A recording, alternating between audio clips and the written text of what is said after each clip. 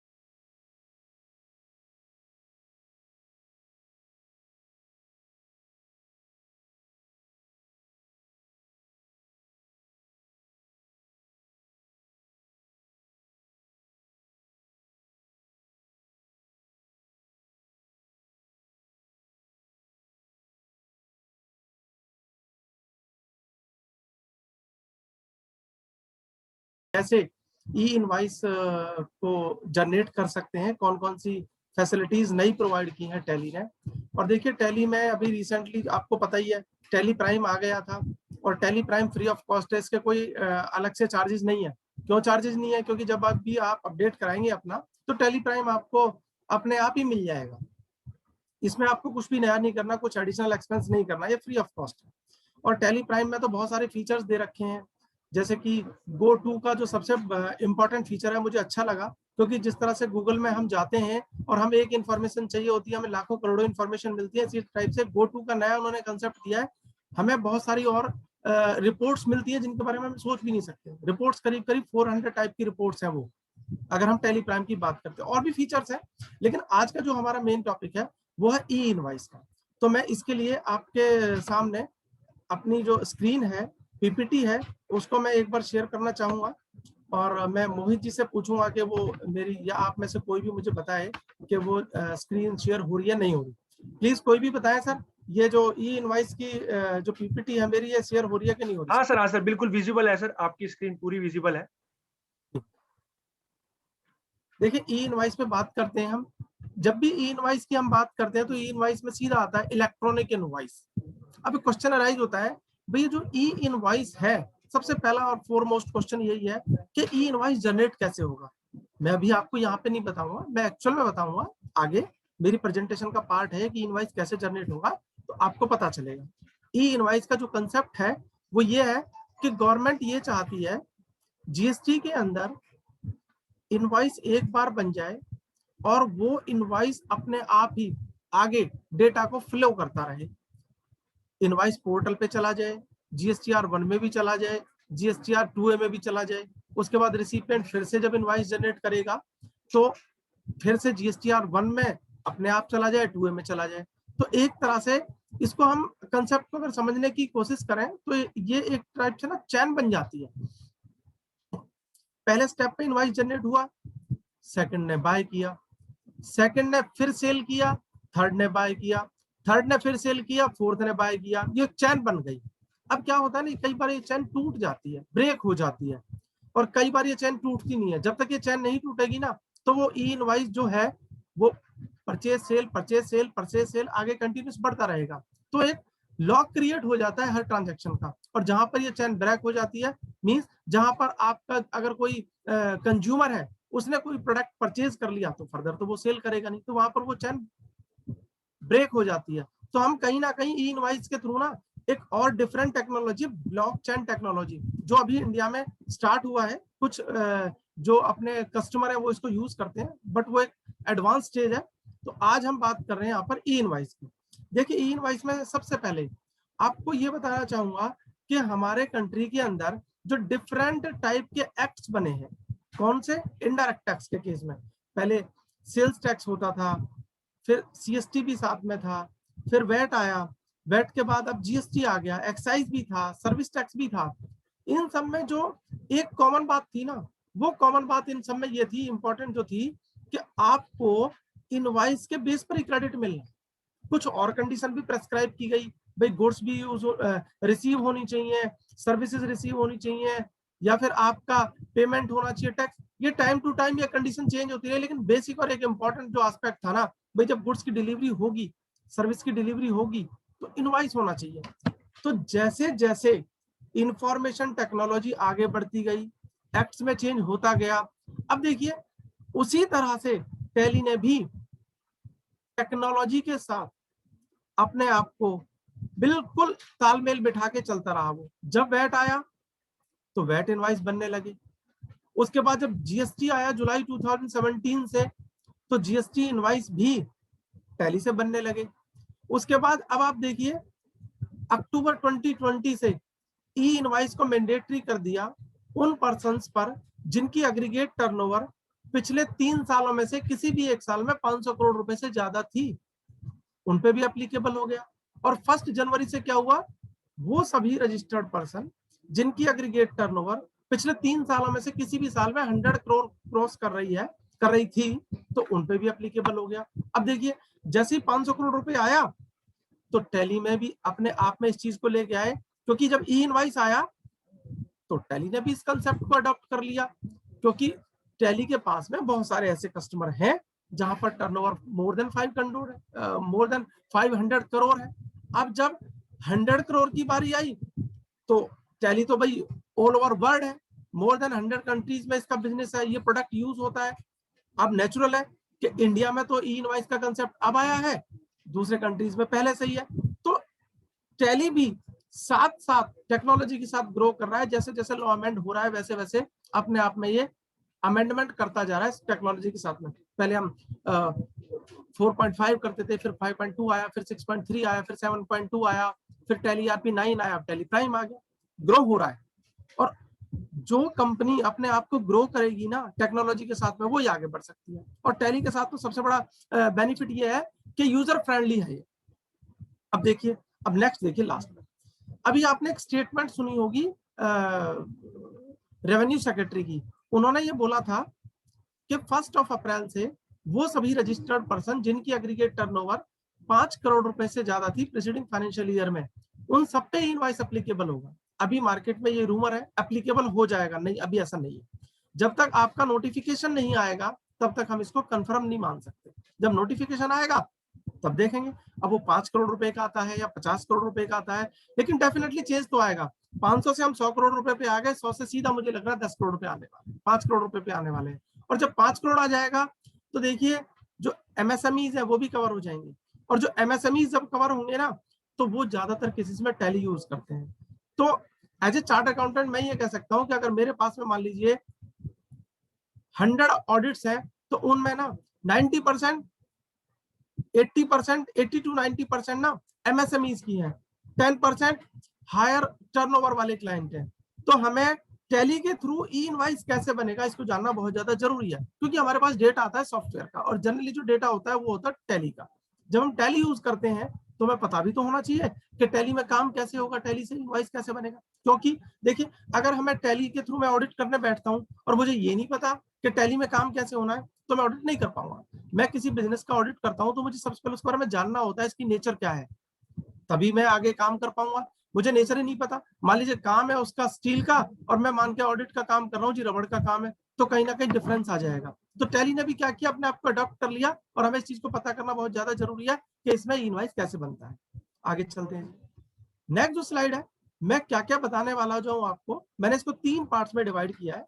First part में हम बताएंगे भाई इनवॉइस क्या है, धीरे धीरे कैसे कैसे चेंजेस आए हैं, इसके बेनिफिट्स क्या हैं, और इसके फीचर्स क्या है, कैसे ये जनरेट होता है, ई इनवॉइस में कौन कौन सी आपकी डिटेल्स आती हैं, जो परचेज साइकिल है वो कैसे इंपैक्ट होगी ई इनवॉइस के थ्रू, ई इनवॉइस जो टैक्स पेयर है उस पर कैसे इंपैक्ट होगा, और जो ई इनवॉइस को हैंडल करना है वो मैनुअली टैली के थ्रू या किसी और सॉफ्टवेयर के थ्रू, उसके बारे में भी हम बात करेंगे। सेकंड पार्ट के बारे में हम जब सेकंड पार्ट पे आऊंगा तो हम बात करेंगे टेक्नोलॉजी की, मतलब कि ई इनवॉइस कैसे जनरेट होगा, कैसे बनेगा, वो पूरा ई इनवॉइस के बारे में जो टेक्नोलॉजी का कंसेप्ट है वो मैं समझाऊंगा। उसके बाद में जो लास्ट वाला है, जो फाइनल पार्ट है, वहां पर हम बात करेंगे टैली के थ्रू ई इनवॉइस कैसे बनेगा, टैली के थ्रू इनवॉइस कैसे बनेगा वो हम बात करेंगे। मैं इसके लिए आपको लाइव प्रेजेंटेशन दिखाऊंगा। अब यहाँ पे एक चीज और मैं आपको और बता देता हूँ, देखिए जब मैं ई इनवॉइस बनाने की कोशिश करूंगा तो डेफिनेटली जब मैं इनवॉइस बनाऊंगा तो इनवॉइस तो मैं बना सकता हूँ, लेकिन अभी ये पॉसिबल थोड़ी है मेरे लिए कि मेरे किसी क्लाइंट का कोई इनवॉइस अभी रेडी होना हो। तो हमने क्या किया है, आपको समझाने के लिए लाइव वीडियो रेडी कर लिया है।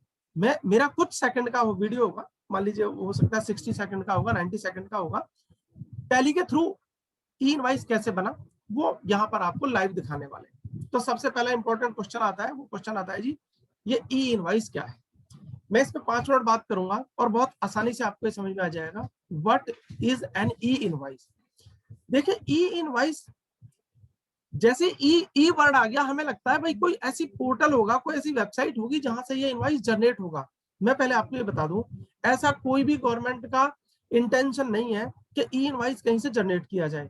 आप अपना इनवॉइस मैनुअल बना रहे थे, मैनुअल बनाते रहिए। आप टैली से बना रहे थे, बनाते रहिए। आप सैप से बना रहे थे, बनाते रहिए। ईआरपी से बनाते हैं, वैसे ही बनाते रहिए। उसके बनाने में कोई चेंज नहीं आया है। फिर क्या चेंज आया है जी, ये इनवॉइस क्या है। देखिए जब आप ई इनवॉइस बनाएंगे, मैं एग्जांपल लेके चल रहा हूं, बिल्कुल जो लोएस्ट वाला एग्जांपल, जो लोएस्ट पर्सन है एमएसएमईज जो लास्ट कैटेगरी में आएगा, मैं मान के चल रहा हूँ मैनुअल इनवॉइस बनाता हूँ और उसकी टर्नओवर है 100 करोड़ रुपीस, उसने बिल बुक प्रिंट करा रखी है, हाथ से वो इनवॉइस बनाता है, कोई प्रिंटेड नहीं है। अब इनवॉइस तो एप्लीकेबल हो गया, तो उसको करना क्या है? देखिए, गवर्नमेंट ने ना हमें एक्सेल यूटिलिटी प्रोवाइड की है, 10 एक्सेल यूटिलिटी है। हम क्या करेंगे, जो हमारे इनवॉइस के अंदर कंटेंट है, वो सारे इनवॉइस के कंटेंट हम उस एक्सेल यूटिलिटी में डालेंगे, हम उस एक्सेल यूटिलिटी में डालेंगे। अब इनवॉइस में क्या कंटेंट होता है जी? इनवॉइस नंबर है, डेट है, जीएसटी नंबर है, आउटवर्ड सप्लाई किसको जा रही है, प्लेस ऑफ सप्लाई क्या है, डेस्टिनेशन क्या है, एचएसएन कोड क्या है, रेट क्या है, वैल्यू क्या है, रेट ऑफ टैक्स क्या है, बैंक अकाउंट की डिटेल क्या है, रिवर्स चार्ज एप्लीकेबल है कि नहीं। इस टाइप से 17 टाइप के कंटेंट आते हैं इनवॉइस में। उनमें से कुछ मैंडेटरी होते हैं, कुछ ऑप्शनल होते हैं। अब आप ये देखिए, जो ये कंटेंट है ना, ये सारे के सारे कंटेंट आपको क्या करना है, एक्सेल यूटिलिटी में डालने हैं। जब आप एक्सेल यूटिलिटी में डालोगे ना, तो वो लास्ट में आपको एक ऑप्शन देता है, do you want to generate JSON file, do you want to generate JSON file. अभी जेसन फाइल क्या है? जेसन फाइल एक्सेल फाइल का एक अपडेटेड वर्जन है।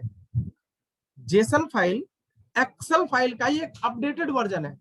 अब ये जेसन फाइल आपकी डाउनलोड हो गई। अभी जेसन फाइल का क्या करना है, ये जो जेसन फाइल है ना, ये इनवॉइस रजिस्ट्रेशन पोर्टल पर आपको अपलोड करनी है।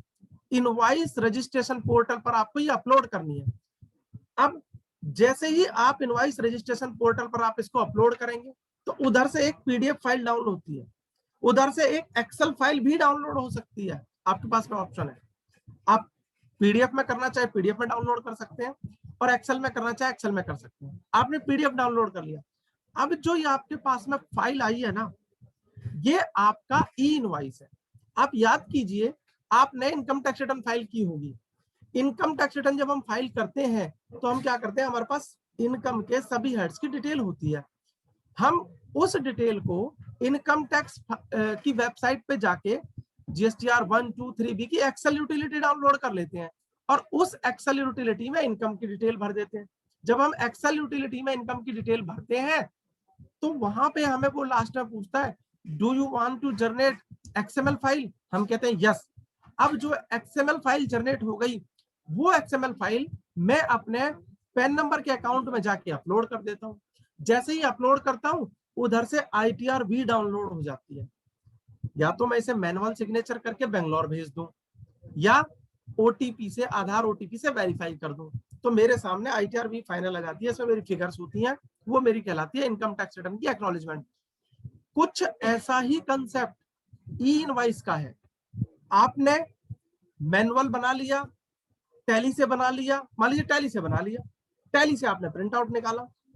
जैसे ही आपने टैली से प्रिंट आउट निकाला, उसकी इंफॉर्मेशन को एक्सेल फाइल की यूटिलिटी में डाला, जेसन जनरेट की, इनवॉइस रजिस्ट्रेशन पोर्टल पे गए, वहां अपलोड कर दिया, उधर से जो डाउनलोड होगा वो आपका ई इनवॉइस है। तो ये आपका ई जो इनवॉइस है ना, ये आपका कोई अलग इनवॉइस नहीं है, ये आपका इनवॉइस ठीक वैसे ही है जैसे आप पहले करते हैं। सिर्फ फर्क इतना है कि जैसे ही ये इनवॉइस आपका पोर्टल होगा ना, पोर्टल पे अपलोड होगा, तो इसकी इंफॉर्मेशन ऑटोमेटिकली जीएसटीआर 1 में चली जाएगी। इसकी इंफॉर्मेशन अगर एप्लीकेबल होगा तो ई वे बिल में भी चली जाएगी। भाई, जब आप मैनुअल डालते थे, आपने मैनुअल बनाया, टैली से बनाया, सैप से बनाया, ईआरपी से बनाया, तो वहां पे आप क्या करते थे, इनवॉइस आपके सामने होता था, जीएसटीआर 1 में आप इंफॉर्मेशन फीड करते थे और अपलोड करते थे, सामने वाले के 2 में जाता था।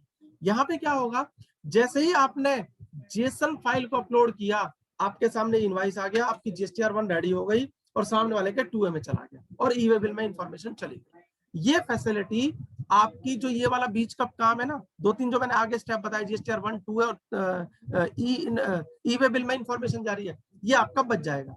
तो ये एक मैंने आपको ब्रीफ कर दिया कि ई इनवॉइस का बेसिकली कंसेप्ट क्या है। अब आगे देखते हैं। क्वेश्चन आता है कि ई इनवॉइस किस पे मैंडेटरी है। देखिए, 100 करोड़ रुपए की टर्नओवर है, 500 करोड़ रुपए की टर्नओवर है। अब उसको मैंडेटरी कर दिया, साहब आपने ई इनवॉइस बनाना है। देखिए, जो ई इनवॉइस है ना, तीन इंपॉर्टेंट एस्पेक्ट है इसमें। पहले तो आप ये समझ लीजिए, जो भी ट्रांजैक्शन होती है ना, वो दो कैटेगरी के बीच में होती है। एक होता है B2B, एक होता है B2C। B2B के केस में ई इनवाइस मैंडेटरी है। B2C के केस में दो बाइफरकेशन हम कर सकते हैं, एक वो जो एक्सपोर्ट है, एक वो जो एक्सपोर्ट नहीं है। जो एक्सपोर्ट है ई इनवाइस मैंडेटरी है, जहां एक्सपोर्ट नहीं है और B2C इनवाइस है वहां पर ई इनवाइस मैंडेटरी नहीं है। अब अगर B2B इनवाइस आपने बनाया और उसके लिए ई इनवाइस मैंडेटरी है, मैंने बता दिया, इसके रिलेशन में आपने कोई भी डेबिट या क्रेडिट नोट बनाया तो डेबिट और क्रेडिट नोट भी इनवाइस रजिस्ट्रेशन पोर्टल पे जाके ही आपको रजिस्ट्रेशन करना पड़ेगा, यानी वो भी ई इनवाइस की तरह से ही आपका बनेगा। अब एक क्वेश्चन आता है, क्या आरसीएम का जो इनवाइस है वहां पर ई इनवाइस की कंडीशन आएगी? मेरी मान लीजिए 1000 करोड़ रुपए की टर्नओवर है, जीटी से मैंने इनवाइस ले लिया या जीटीए से मैंने सर्विस ली, तो क्या मेरे को इनवाइस मैंडेटरी है? नहीं। उस केस में, आरसीएम के केस में आपको इनवाइस मैंडेटरी नहीं है। तो इसका मतलब क्या हुआ साहब? ई इनवाइस मैंडेटरी किसके लिए है? B2B, B2C export, B2C domestic में एप्लीकेबल नहीं है। मैं सिंपल ये भी कह सकता हूं B2B सप्लाई में है, एक्सपोर्ट में है और डेबिट और क्रेडिट नोट के अंदर आपका ये मैंडेटरी है। आगे चलते हैं जी। अब चेंज क्या हुआ वो मैं आपको यहां पर ब्रीफ कर चुका हूं। अब इसमें एप्लीकेबिलिटी भी बता देता हूं, प्रेजेंट सिस्टम भी मैंने आपको बता दिया कि किन किन पे एप्लीकेबल है। 1 अक्टूबर 2020 से एप्लीकेबल हो गया था उन रजिस्टर्ड पर्सन पर जिनकी किसी भी प्रीवियस फाइनेंशियल ईयर में टर्नओवर 500 करोड़ रुपए से ज्यादा थी। अगर 17-18 में थी 600 करोड़, बाकी 2 सालों में 0-0 है तो भी एप्लीकेबल है। मान लीजिए 17-18 में थी 300 करोड़, 18-19 में भी मान लीजिए 300 करोड़ रुपए थी, 19-20 में भी 300 करोड़ है, तो जब ये 500 करोड़ का था प्रोविजन, उस केस में तो एप्लीकेबल नहीं होगा। लेकिन जैसे 100 करोड़ आया तो ये प्रोविजन आप पे एप्लीकेबल हो गया, तो ये आपका क्या हुआ? मैंडेटरी हो गया ई इनवाइसिंग। आगे चलते हैं जी, ये क्या कहना चाहते हैं। यहाँ पे इनवाइस रेफरेंस नंबर आएगा। अभी मैं आपको जब आगे चलूंगा ये क्यूआर कोड और इनवाइस रेफरेंस नंबर क्या होता है अभी मैं आपको दिखाऊंगा। एक बार यहाँ पे भी आपको ब्रीफ कर देता हूँ। देखिए, जब आप ई इनवाइस को जब आप इनवाइस को इनवाइस रजिस्ट्रेशन पोर्टल पर रजिस्टर कर देंगे तो आपको एक इनवाइस रेफरेंस नंबर जनरेट होगा। जो इनवाइस रेफरेंस नंबर जनरेट होगा वो आपके इनवाइस पे प्रिंट होगा और उसके साथ साथ एक क्यूआर कोड भी होगा। क्यूआर कोड के अंदर उस इनवाइस की ब्रीफ में इंफॉर्मेशन होती है, वो भी प्रिंट होता है। अब देखिए, इंपॉर्टेंट चीज ये है, जो क्यूआर कोड है ना, कुछ सॉफ्टवेयर में क्या है, क्यूआर कोड प्रिंट कराने की फैसिलिटी नहीं है, लेकिन टैली आपको क्यूआर कोड प्रिंट कराने की फैसिलिटी दे रहा है। पहली बात तो ये जो क्यूआर कोड है अभी आपके लिए केवल जो B2B ही बन रहे हैं तो उन्हीं में आपका ये एप्लीकेबल है। B2C तो आपके बन ही नहीं रहे, वहां मैंडेटरी नहीं है। जब उनके लिए होगा तो उनका प्रोविजन भी जो क्यूआर कोड के रिलेशन में है वहां पर भी एप्लीकेबल हो जाए, क्योंकि अभी एप्लीकेबल नहीं है तो उसके बारे में बात ही क्या करें भाई। वहां पर जो आपका क्यूआर कोड है, क्यूआर कोड कुछ नहीं होता। हम जैसे मार्केट में जाते हैं, मोबाइल जैसे मान लीजिए हम पेटीएम के रूप में पेटीएम से पेमेंट करना चाहते हैं तो स्कैन कर देते हैं, वो जो कोड आता है वो क्यूआर कोड होता है। वो है जी क्यूआर कोड, जिसमें ब्रीफ में सारी इंफॉर्मेशन होती है। Next, why invoice business benefits. अब इंपॉर्टेंट चीज, ई इनवाइस की जरूरत क्यों पड़ी? ई इनवाइस का जो सबसे इंपॉर्टेंट एस्पेक्ट था वो मैंने आपको समझा दिया।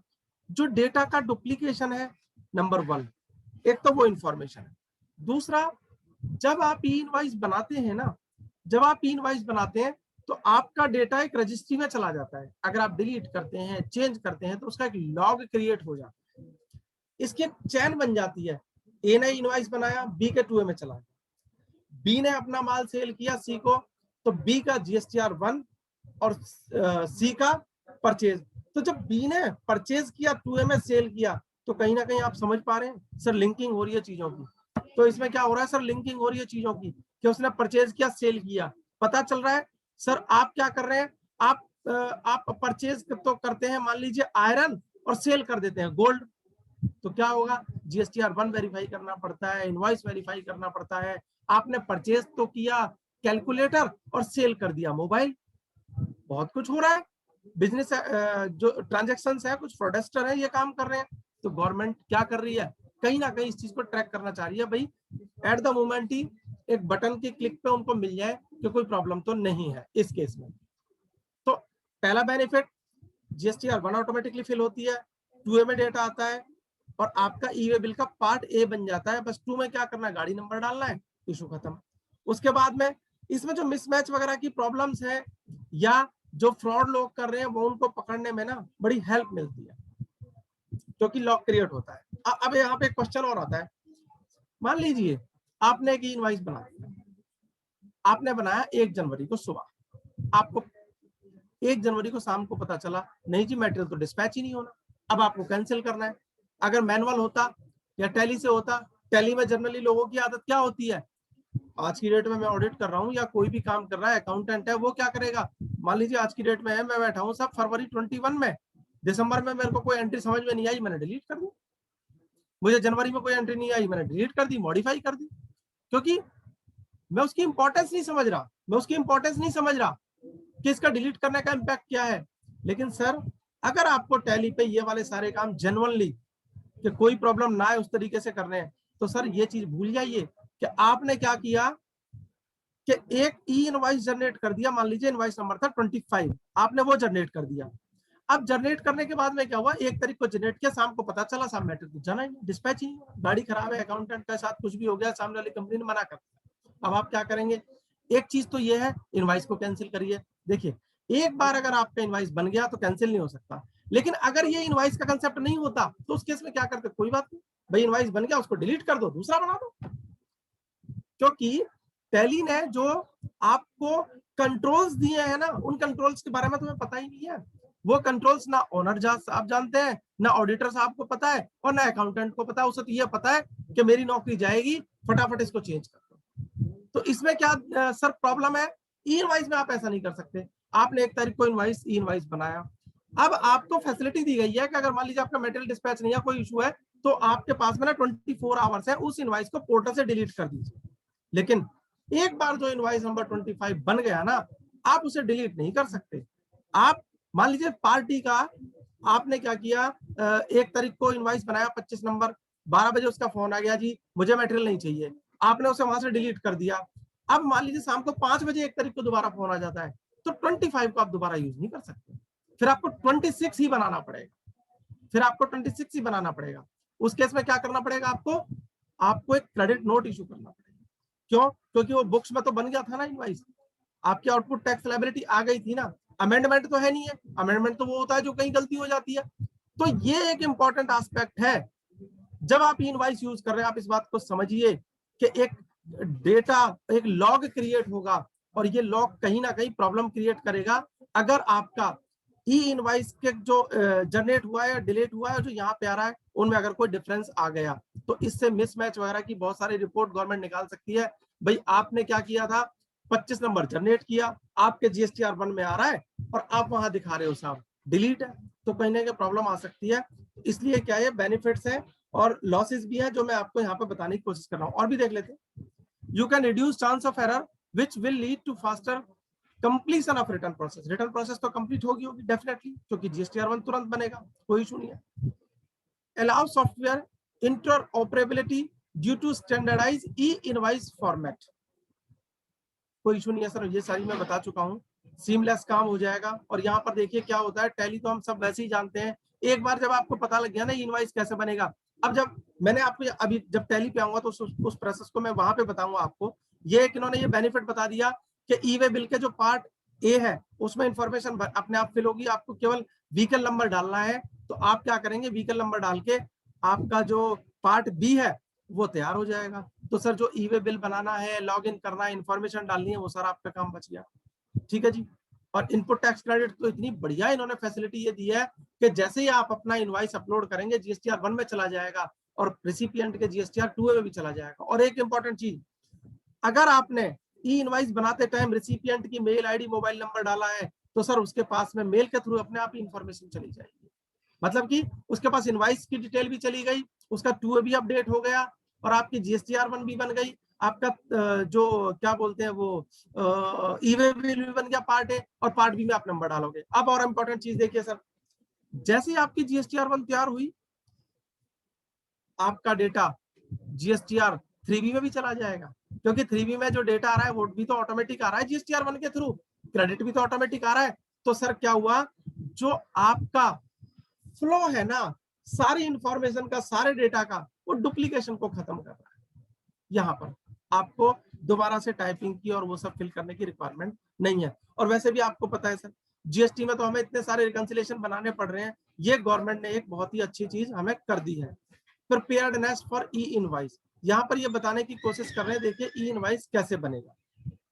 taxpayer will receive a communication from department on receiving the communication taxpayer will log in। अच्छा देखिए, अब यहाँ पर ये कंसेप्ट बताने की कोशिश कर रहे हैं, जब आप फर्स्ट टाइम ई इनवॉइस बना रहे हैं, मैं वहां से ले लेता हूं उसको कैसे बनाएंगे। जब आप फर्स्ट टाइम ई इनवॉइस बना रहे हैं तो आपको ई वे बिल पोर्टल जो है ना वहां से लॉग इन करना है। आप ई वे बिल पोर्टल से लॉग इन करेंगे, आपको वहां पे ई इनवॉइस की डिटेल मिलेगी, मतलब ई इनवॉइस में अंदर जाने देगा। अब क्वेश्चन आया भाई कि ई वे बिल पोर्टल से मैंने क्यों लॉग इन किया, मेरे को अलग क्यों नहीं दिया गया। ई वे बिल से आपको इसलिए लॉग इन कराया, अगर वो अलग कराते तो जो ई वे बिल का पोर्टल है ना उसको अलग से लिंक करना पड़ता है। ई इनवॉइस की इंफॉर्मेशन ऑटोमेटिकली ई वे बिल में जाती है। क्यों जाती है, उसका रीजन ये है कि जब आप ई वे बिल से लॉगिन करेंगे ना, तो जब आप ई इनवॉइस जैसे ही अपलोड करेंगे, XML file, JSON file upload करेंगे, तो उसकी फाइल इसीलिए ई वे बिल में अपने आप चली जाती है, क्योंकि आप ई वे बिल की वेबसाइट से आप लॉग इन करते हैं। तो आपने क्या किया, वहां से लॉग इन कर लिया, डिटेल सारा सब कुछ भर दिया, कोई चुनिए। ये सारा जो मैं कंसेप्ट है आपको अभी वो वाला कंसेप्ट बताने की कोशिश कर रहा हूं जब आप कोई सॉफ्टवेयर यूज नहीं करते, क्योंकि पहले लीगल कंसेप्ट को आपको समझना जरूरी है। ये देखिए यहाँ पर इन्होंने बताया आपको कि पहले आपको जो ई इनवॉइस सिस्टम है ई वे बिल की साइट से लॉगिन करना है, इस तरह से आपके पास में आएगा। और अब तो गवर्नमेंट ने एक चीज और क्या कर दी है, आप चाहें तो जाके खुद पहले चेक भी कर सकते हैं। अगर आपको डाउट है मेरी 500 करोड़ रुपए की टर्नओवर है कि नहीं है, मेरी 100 करोड़ रुपए की टर्नओवर है कि नहीं है, तो आप जीएसटी डाल के इस वेबसाइट पे जाके अपनी डिटेल यहाँ से वेरीफाई कर सकते हैं। ये सारा का सारा, हाँ देखिए अब अभी अच्छा आगे आगे आऊंगा, क्योंकि अगर मैं उसको यही बता दूंगा तो फिर वो जो अगली वाली वेबसाइट है ना, अगली वाली जो स्लाइड है उस पर कुछ इंपॉर्टेंट एस्पेक्ट है वो मिस हो जाएगा सर। यहाँ पर मैंने आपको ये पहले ही ऑलरेडी मैं बता चुका हूँ कि ई वे बिल की साइट के थ्रू आपको लॉगिन करना है, और लॉगिन करने के बाद में क्या होगा, जब आप उस पर जाएंगे ई इनवॉइस के पोर्टल पर, आपको ओटीपी आएगा। ओटीपी के बाद में आपको पहले बीच में भी बता सकता है, आप वेरीफाई भी कर सकते हैं कि ई इनवॉइस आपके ऊपर में एप्लीकेबल है कि नहीं है। इस तरह से देखिए ये सारी चीजें आपकी यहाँ पर आती चली जा रही है। अब जो सबसे इंपॉर्टेंट चीज है, अब जो सबसे इंपॉर्टेंट चीज है, आपने क्या किया, आप ई वे बिल की वेबसाइट पे भी नहीं गए, आप इनवॉइस रजिस्ट्रेशन की वेबसाइट पे भी नहीं गए। अब आप ये जानने की कोशिश कर रहे हैं, क्या जानने की कोशिश कर रहे हैं कि आपका जो ई इनवॉइस है ना वो बनेगा कैसे। पहले ये देख लेते हैं ये कैसे ई इनवॉइस बना रहे हैं। ये इन्होंने अलग अलग मेरे को कंसेप्ट दे दिए, ये वाले सारे कंसेप्ट मैं आपको बताने की कोशिश करता हूँ। देखिए ऑफलाइन टूल्स में बता चुका हूँ, ऑफलाइन टूल में आपको बता चुका हूँ कि ई इनवॉइस कैसे बनेगा। एक्सेल यूटिलिटी है, उसमें आपने इंफॉर्मेशन फीड की, जेसन जनरेट की, जेसन आप इनवॉइस रजिस्ट्रेशन पोर्टल पे लॉगिन करके अपलोड करेंगे, उधर से पीडीएफ डाउनलोड हो जाएगा, वो आपका ई इनवॉइस हो गया। मोबाइल ऐप भी दिया गया है, एसएमएस फैसिलिटी दी गई है, और आप एपीआई, एक एपीआई है जिसकी हेल्प लेके आप इसको क्या नाम है, आप इसको जनरेट कर सकते हैं। एपीआई क्या है और ये जीएसपी क्या है, ये एक मिनट के लिए मैं बता रहा हूँ आपको। उससे पहले डायरेक्ट एंट्री ऑन पोर्टल। अब मान लीजिए आपके तो महीने में सॉरी एक दिन में मान लो एक इनवॉइस बनना है, आप कहते जी मैं तो ऑफलाइन नहीं जाना चाहता, तो आपको फैसिलिटी दी गई है, आप सीधा इनवॉइस रजिस्ट्रेशन पोर्टल पर जाइए, वहां पे आप अपनी इंफॉर्मेशन फीड करेंगे, और जैसे इंफॉर्मेशन फीड करेंगे आप क्लिक करेंगे तो आपके सामने ऑप्शन आ जाएगा पीडीएफ का, एक्सेल का, आप फाइल डाउनलोड कर लेंगे, वो आपकी ई इनवॉइस वहां से भी जनरेट हो जाती है। मतलब ऑफलाइन यूटिलिटी की भी जरूरत नहीं है। लेकिन जहां आप डायरेक्ट एंट्री करेंगे आप वहां देखेंगे भाई 1 बाय 1 करना पड़ेगा, और वैसे आपको बल्क अपलोड की फैसिलिटी भी देता है। मतलब अगर आप एक दिन में इकट्ठे 10 बनाना चाहें, आपके सुबह से शाम तक आपने क्या क्या डिलीवर करते रहे मटेरियल, शाम को आपको तो बनाने ही बनाने हैं ई इनवॉइस, तो आप, और मटेरियल शाम को मान लीजिए डिस्पैच होता है, तो आपने क्या किया, शाम को सारे इनवॉइस इकट्ठे बना दिए, एक बारी में एक्सेल में इंफॉर्मेशन डाली और एक ही बारी में वो अपलोड करने की फैसिलिटी देता है। बिजनेस पोर्टल, जो बिजनेस पोर्टल है, अब देखिए ये वाली चीजें तो क्या है, जो जिनके कम इनवॉइस है उनके लिए फैसिलिटी हो गई, और कुछ बिजनेस जो वो है अपना रजिस्टर्ड पर्सन है, उन्होंने अपनी ही फैसिलिटी अलग से जनरेट कर रखी है और ई इनवॉइस पोर्टल से लिंकिंग किया हुआ है, तो वहां से ई इनवॉइस पोर्टल से जो लिंकिंग किया हुआ है अपने आप ही इनवॉइस जनरेट होता है। अब एक बीच में मैंने आपके साथ छोड़ दिया था जीएसपी। देखिए सबसे पहले हम ये समझने की कोशिश करते हैं जीएसपी क्या है। जीएसटी सुविधा प्रोवाइडर, मान लीजिए मैं हरियाणा में बैठा हूं, मुझे कुछ डॉक्यूमेंट भेजने मुंबई। अब इसमें दो चीज हो सकती है, या तो मैं खुद जाऊं मुंबई डॉक्यूमेंट दे के आऊं, दूसरा ऑप्शन ये हो सकता है मैं बाय पोस्ट या बाय कुरियर भेज दूं। तो मैंने क्या किया, मान लीजिए कुरियर एजेंसी को डॉक्यूमेंट दे दिए और वो कुरियर एजेंसी ने मुंबई पहुंचा दिया। तो इस केस में जो कुरियर एजेंसी है ना, वो जीएसटी सुविधा प्रोवाइडर है। उसने मेरे को क्या किया, एक मिडलमैन का काम किया। अब आप देखिए, जब मैंने आपको एक्सेल की प्रोसेस बताई थी, मैंने बताया था आपने इनवॉइस बनाया, एक्सेल यूटिलिटी में इंफॉर्मेशन फीड की, जेसन जनरेट हुई, जेसन को अपलोड किया और उधर से पीडीएफ डाउनलोड हुआ। इसमें आपके 7-8 स्टेप आ गए। अगर मैं आपसे ये कहूं कि आपको एक ऐसा टूल मिले कि आपने डाटा एंट्री की और उधर से आपको ई इनवॉइस डाउनलोड हो जाए, तो कितना बढ़िया रहेगा। बीच की स्टेप गायब हो गए, मुझे कुछ नहीं पता, मैं तो डाटा एंट्री कर रहा हूं, सेल इनवॉइस बना रहा हूं अपने टैली में, और जैसे ही मैं सेव करूं मेरे सामने ही इनवॉइस बन के आ जाए, तो सर बैक एंड में क्या हुआ, मुझे क्या लेना देना। ये जो बैक एंड का काम है ना, ये सारा काम जीएसटी सुविधा प्रोवाइडर करता है, और टैली भी अपने आप में एक जीएसटी सुविधा प्रोवाइडर है। टैली के थ्रू कैसे होगा, ये मैं आपको प्रैक्टिकल दिखाऊंगा।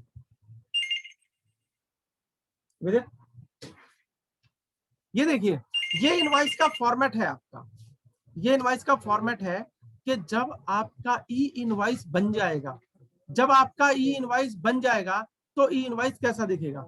इसमें आप देखिए सबसे ऊपर आपकी जो डिटेल आ रही है टैक्स इनवॉइस है, फिर आपका छोटा सा आप देख पा रहे होंगे इनवॉइस रेफरेंस नंबर है, एक्नॉलेजमेंट नंबर है, आपका एक्नॉलेजमेंट की डेट भी आ रही है, और यहाँ पर देखिए आप देख रहे हैं ई इनवॉइस में यहाँ पर आपका एक क्यूआर कोड भी आ रहा है। जैसे ही स्कैन होगा ना, सारी इंफॉर्मेशन आ जाएंगी। तो इस टाइप से आपको, जो मैं पीडीएफ फाइल की बात कर रहा हूं बार बार, वो इस टाइप से यहाँ पर डाउनलोड होती है। ठीक है जी, ई इनवॉइस देख लिया, बनने की हमने प्रोसेस भी देख ली। ये सारी डिटेल है जो कि ई इनवॉइस में सेलर की डिटेल है, name address GST number pin code है, बायर डिटेल है, ये सारी की सारी इंफॉर्मेशन हमारी आ रही है। इसी इंफॉर्मेशन के थ्रू जीएसटीआर 1 में, 2A में, बायर के पास में, मेल पे, एसएमएस पे, और जो 3B है उसमें, 2A में, 2B में, सारी इंफॉर्मेशन यहीं से फ्लो हो रही है। ठीक है जी, अब कुछ क्वेश्चन है, वो क्वेश्चन ले लेते हैं, फिर आगे मैं आपको प्रैक्टिकल बताऊंगा कि टैली से कैसे बनेगा। पहला क्वेश्चन, जो B2C के केस में, B2C के केस में क्या ई इनवॉइस मैंडेटरी है? आप मुझे चैट बॉक्स के थ्रू बता सकते हैं, क्या ई इनवॉइस मैंडेटरी है? क्या ई इनवॉइस मैंडेटरी है? नहीं है, बिल्कुल मैंडेटरी नहीं है जी, बिल्कुल आपने सही आंसर दिया, बिल्कुल भी यहाँ पर मैंडेटरी नहीं है ई इनवॉइस के केस में। ठीक है जी, इसके बाद में मैं आगे चलता हूं।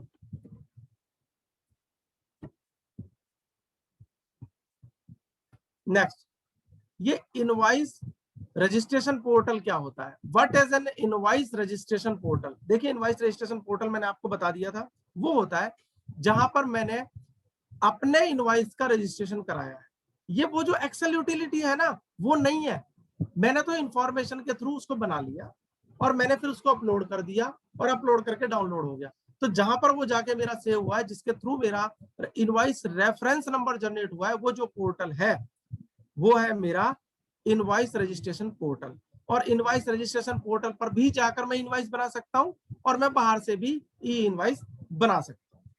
ठीक है जी, next, is there any fixed position prescribe by the department to print the QR code? नहीं। देखिए, क्या कोई फिक्स पोजीशन है? मेरे ओपिनियन में कोई फिक्स पोजीशन नहीं है। आप लेफ्ट में, राइट में, बीच में, ऊपर नीचे, कहीं भी आप क्यूआर कोड प्रिंट करा सकते हैं। Yes, what is the maximum number of line item which can be reported N invoice. Important question है, कितनी लाइन आइटम है, मींस मान लीजिए आपके आइटम है, 200 आइटम है, 500 आइटम है, तो कितने लाइन आइटम एक इनवॉइस में जा सकते हैं। देखिए इन्होंने क्या किया है, जो टाइम लिमिट को कैप सॉरी जो लाइन आइटम है उनको इन्होंने बता दिया कि 1000 से ज्यादा लाइन आइटम आपकी नहीं हो सकती एक इनवॉइस में। अगर मान लीजिए उससे ज्यादा है तो आपको दूसरा ई इनवॉइस जनरेट करना पड़ेगा। Next, do I need to print invoice reference number on the invoice. आप चैट बॉक्स में मुझे आंसर करके बताइए, क्या इनवॉइस पर इनवॉइस रेफरेंस नंबर होना मैंडेटरी है? यस, इनवॉइस पे इनवॉइस रेफरेंस नंबर होना बिल्कुल मैंडेटरी है। Yes, no it is optional. अब देखिए इसने कहा इट इज ऑप्शनल। अब इनवॉइस रजिस्ट्रेशन पोर्टल सॉरी जो आपका क्या नाम है इनवॉइस पे इनवॉइस रजिस्ट्रेशन जो नंबर है, रेफरेंस नंबर है, बिल्कुल होना जरूरी है। मुझे एक्चुअली कुछ गलती लग रही है यहाँ पर, जो नो लिखा गया है it is optional. Invoice reference number is anyway embedded in the QR code. मतलब जो QR कोड है वहां पर तो सारी की सारी इंफॉर्मेशन है, लेकिन मेरे को लग रहा है जैसे कि अभी हमने पीछे यहाँ पे देखिए एक इनवॉइस देखा था, यहाँ पे इनवॉइस देखा था, ये देखिए यहाँ पर इनवॉइस रेफरेंस नंबर आ यहाँ पर इनवॉइस रेफरेंस नंबर आ रहा है, और जो आपका इनवॉइस रेफरेंस नंबर है वो आपके इनवॉइस पे प्रिंट कराना मैंडेटरी है। इन्होंने इसलिए बताया यहाँ पर, मैं बता दूं आपको, जो उन्होंने नो लिखा वो इसलिए लिखा है क्योंकि ये कहते हैं भाई QR कोड के अंदर तो इन्फॉर्मेशन आ ही रही है, ठीक है, उसके लिए इंपॉर्टेंट है। और इनवॉइस देखना किसने है? ऑफिसर ने देखना। जब इनवॉइस ऑफिसर देखेगा तो QR कोड को स्कैन करके सारी की सारी इंफॉर्मेशन वो यहां से ले लेगा। चलिए जी नेक्स्ट देखते हैं, impact of E invoice on the purchase cycle. देखिए यहां पर एक बार मुझे लग रहा है, वैसे तो मैं इसमें आपको एक्सप्लेन कर चुका हूं किस चीज का, कि भाई जो परचेज साइकिल है उस पर क्या इम्पैक्ट पड़ने वाला है, लेकिन टैली ने थोड़ा सा इस पे अलग तरीके से काम किया है, उसको एक बार हम देख लेते हैं, गो थ्रू कर लेते हैं, फिर आगे चलते हैं। Identify is your vendor need to be invoice compliant. मतलब कि सबसे पहले वो ये कहना चाहते हैं कि एज ए परचेजर आपको ये चेक करना है कि क्या जो आपका सप्लायर है उसको ई इनवॉइस इशू करना मैंडेटरी है। क्यों चेक करना जरूरी है? इंपॉर्टेंट ये है, देखिए अगर ई इनवॉइस मैंडेटरी है और उसने इनवॉइस जनरेट नहीं किया, उसने नॉर्मल इनवॉइस जनरेट कर दिया, आपके पास में इनवॉइस आ गया, आपने उसका क्रेडिट ले लिया, तो इनवॉइस जो आपका वो है क्या बोलते हैं ITC, वो आपको अवेलेबल नहीं होगा। कैन वी मॉडिफाई, अच्छा ये कुछ क्वेश्चन है, क्वेश्चन भी लूंगा सर, अभी मैं क्वेश्चन बीच में आ रहे हैं, मैं क्वेश्चन सारे लूंगा। तो ये एक परचेजर के लिए बहुत इंपॉर्टेंट बात है। सप्लायर के लिए मैं बता दूं, जब आपका इनवॉइस कंसेप्ट अवेलेबल नहीं है, जब जिन पर इनवॉइस एप्लीकेबल नहीं है, तो उस केस में क्या होता है, आपको 3 कॉपी बनानी पड़ती है इनवॉइस की। और जब आप ई इनवॉइस के कंसेप्ट में आते हैं तो वहां पर रूल में अमेंडमेंट आ चुका है, आपको 2 ही कॉपी बनानी पड़ती है। इस केस में जब पहले थी तो एक ट्रांसपोर्टर कॉपी होती थी, अब ट्रांसपोर्टर कॉपी को इन्होंने खत्म कर दिया है, ठीक है जी। और दूसरा इन्होंने ये बताया परचेजर साइकिल पे क्या इंपैक्ट आने वाला है। भाई एक तो वो ये वेरीफाई करे कि जो सप्लायर ने इनवॉइस इशू किया है, अगर वो ई इनवॉइस की मैंडेटरी है तो इनवॉइस ही होना चाहिए। और दूसरी चीज, ई इनवॉइस पे IRN और QR कोड होना चाहिए, क्योंकि B2B के केस में तो होना चाहिए और B2C में एप्लीकेबल नहीं है। अब यहाँ पर एक इंपॉर्टेंट चीज देखिए, ये कहता है digitally signed quick response code is available only for invoice registration portal, registered portal has the recommendation to verify IRN and quick response code which is included on the invoice via mobile app provided by the department। मतलब ये कुल मिला के ये कहने की कोशिश कर रहा है कि परचेजर को वेरीफाई करना है इनवॉइस रेफरेंस नंबर और QR कोड। अब क्वेश्चन अराइज होता है, क्या ई इनवॉइस को साइन करना मैंडेटरी है? भाई ई इनवॉइस इनवॉइस रजिस्ट्रेशन पोर्टल से डाउनलोड हुआ, क्या साइन करना मैंडेटरी है? कुछ का कहना है सर मैंडेटरी है, कुछ का कहना नहीं है। अब देखिए साइन तो 2 तरीके से हो सकते हैं, एक तो साइन आपका हो सकता है मैनुअल साइन हो, एक आपका जो साइन है वो हो सकता है, एक जो आपका साइन है वो दूसरा हो सकता है मैनुअल हो। तो यहाँ पर अभी मैं 1 मिनट में इसको आपको क्लियर कर देता हूँ। देखिए जो भी इनवॉइस बनेगा ना वो साइन होना मैंडेटरी है, या तो वो डिजिटली साइन होगा या मैनुअल साइन होगा। आप ये नहीं कह सकते कि सर ये इनवॉइस रजिस्ट्रेशन पोर्टल से जनरेट हुआ है, इस पे QR कोड है, इस पर इनवॉइस रेफरेंस नंबर है, उसके बावजूद भी ये मैंडेटरी है कि वो आपका डिजिटली साइन हो या फिर मैनुअली साइन हो। अगर वो डिजिटली साइन नहीं है या मैनुअली साइन नहीं है और आप एज ए परचेजर उस पर आईटीसी लेते हैं तो आईटीसी आपको अवेलेबल नहीं होगा और वो इनवाइस सप्लायर के एंगल से भी वैलिड इनवाइस नहीं है। तो साइन होना मैंडेटरी है। कुछ जगह देखा गया है कि सिग्नेचर की जगह पे स्टाम्प लगा देते हैं या साइन कोई और पर्सन कर रहा है जिसको करना चाहिए, जो ऑथराइज है उसकी जगह दूसरा पर्सन कर रहा है। ये जो प्रोसेस अगर फॉलो की जा रही है तो मेरे अकॉर्डिंग वो मैं मतलब मेरा जो ओपिनियन है मैं वो डिफर है, वो मैं उससे एग्री नहीं करता, ऐसा लॉ में नहीं लिखा हुआ। Next, E invoice impact on tax payer. Sir already मैं ये सारे बेनिफिट आपको बता चुका हूं कि टैक्स पेयर कौन हुआ। टैक्स पेयर पर्सन भी हो सकता है, बायर भी हो सकता है, सप्लायर भी हो सकता है, रिसिपिएंट भी हो सकता है। अगर सप्लायर है तो उसकी जो सप्लाई है वहां पे भी बेनिफिट मिल रहा है, इंफॉर्मेशन फीड नहीं करनी पड़ रही। बायर है तो भी उसको कोई इशू नहीं है, उसको इंफॉर्मेशन फीड नहीं करनी पड़ी, 2A 3B वगैरह सब फिल होके आ रहा है। तो इस तरह से सबको कुछ ना कुछ यहाँ पर बेनिफिट मिल रहा है, सबको कुछ ना कुछ बेनिफिट मिल रहा है। हैंडलिंग ई इनवॉइस एक्सेप्शंस, देखते हैं जी आगे क्या कहना चाहते हैं। ये कुछ और इन्होंने क्वेश्चन वगैरह डाले हैं। What happens if I do not generate e invoice and what are the consequences. मैं आपको आंसर कर चुका हूं। देखिए ये क्या कहना चाहते हैं कि अगर आपको इनवॉइस जनरेट करना है और आपने इनवॉइस जनरेट नहीं किया, आप है वो इनवॉइस आपने इशू नहीं किया, ये मान लिया जाएगा।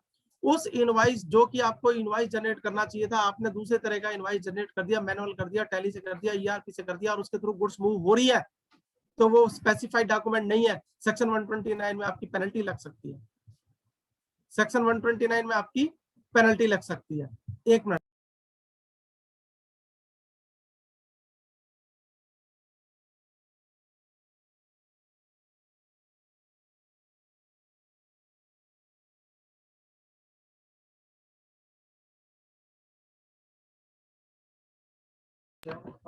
यस।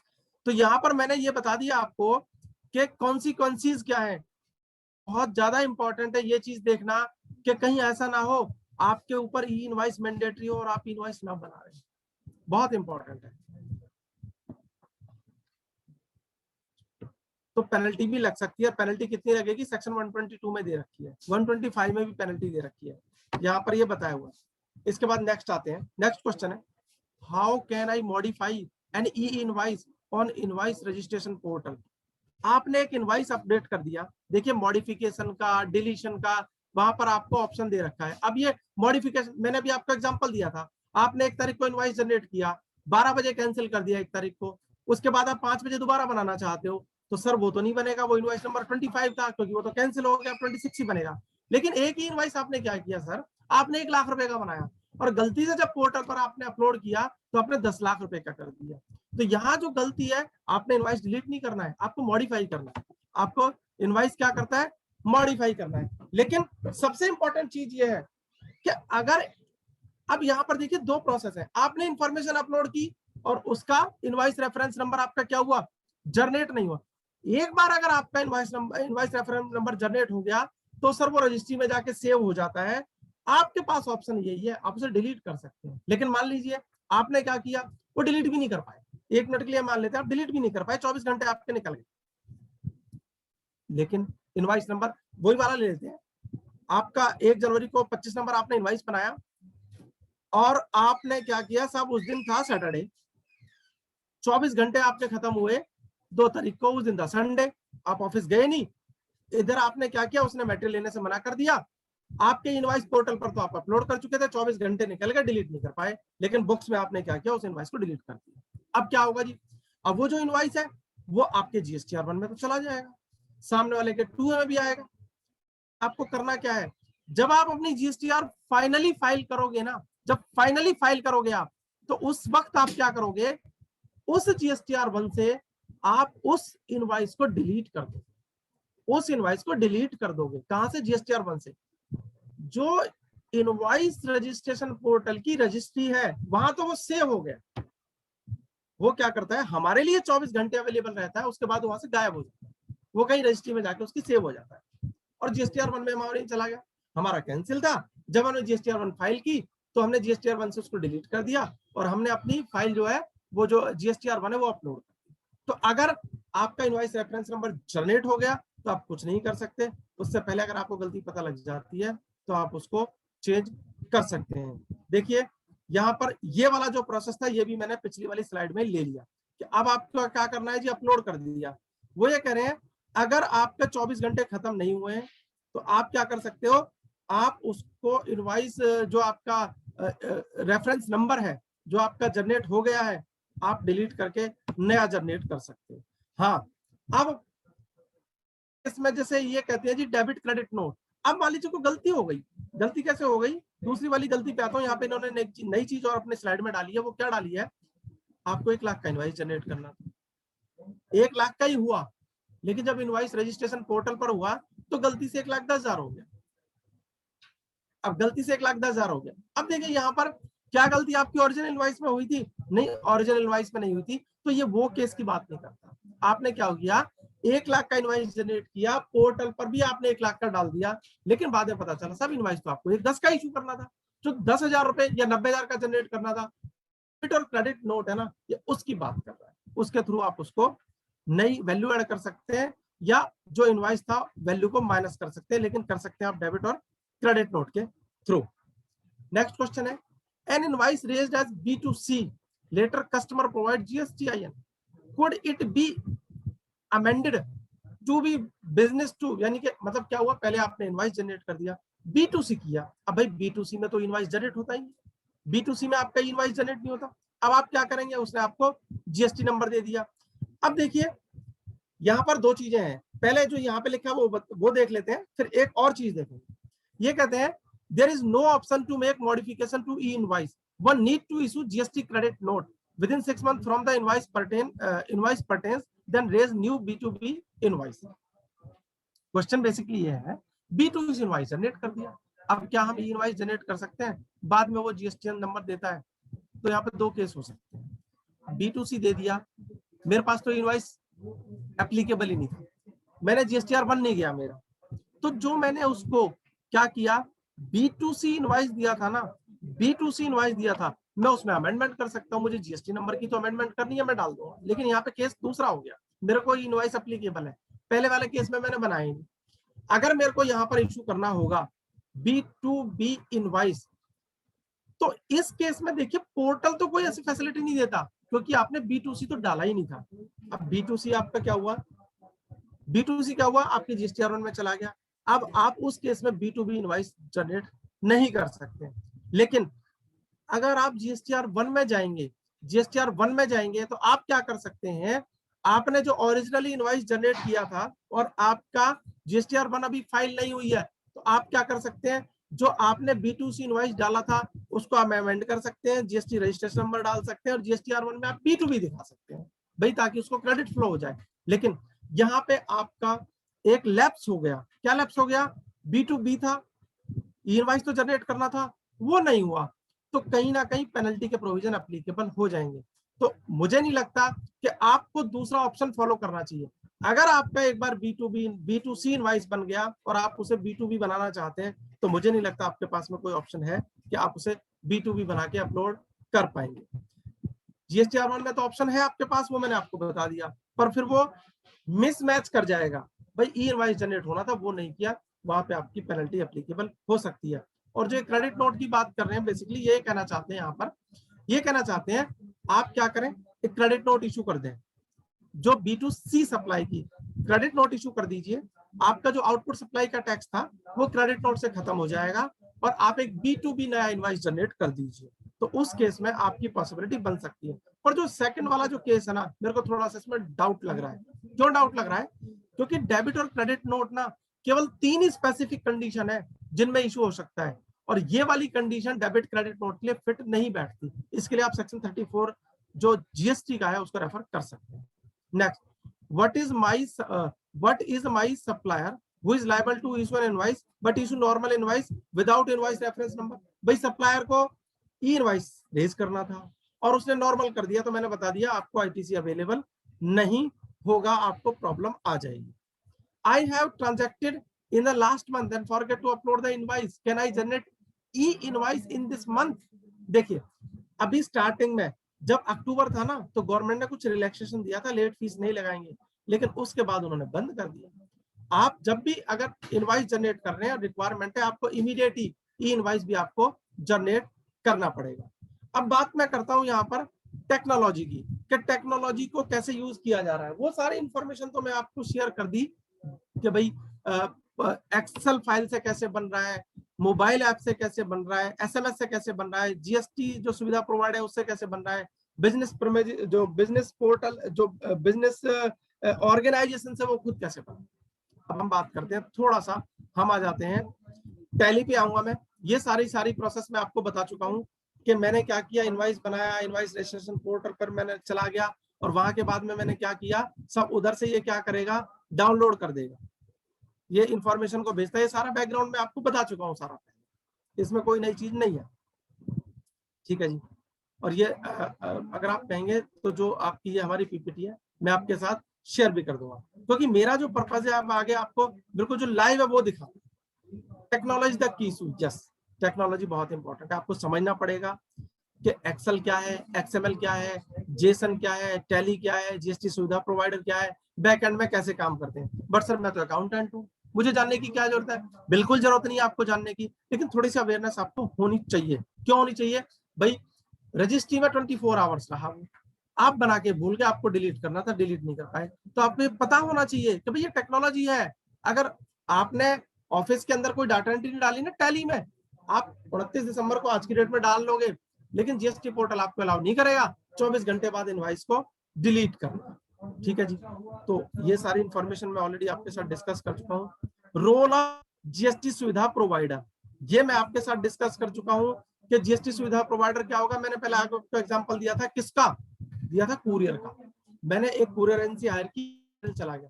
दूसरा मैंने आपको एग्जांपल दिया, मैंने टैली में डाटा एंट्री करी और मेरा उधर से ई इनवाइस डाउनलोड हो गया। जो बैकएंड पे 5-6 चीजें थी ना भाई, मैंने एक्सएमएल फाइल बनाई, जेसन फाइल बनाई, मैंने लॉगिन किया इनवाइस रजिस्ट्रेशन पोर्टल पर, मैंने अपलोड की जेसन फाइल, उधर से डाउनलोड हुई। तो ये जो बीच वाली इंफॉर्मेशन है ना, ये सारी गायब कर दी। बीच वाले जो स्टेप है ये गायब हो गए। किसने गायब किए? जीएसटी सुविधा प्रोवाइडर ने। अब देखिए टैली क्या करता है इसके बारे में हम वो देखते हैं। टैली क्या करता है? टैली क्या करेगा?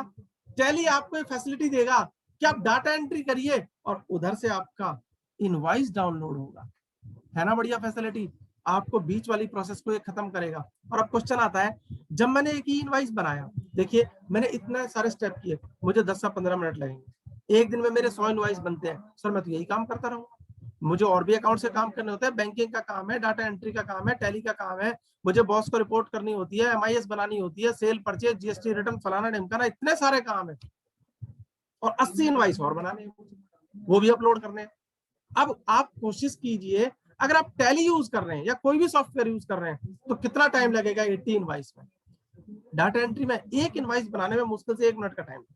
भाई सारे के सारे मास्टर जो इंफॉर्मेशन है वो आपकी फीड होती है।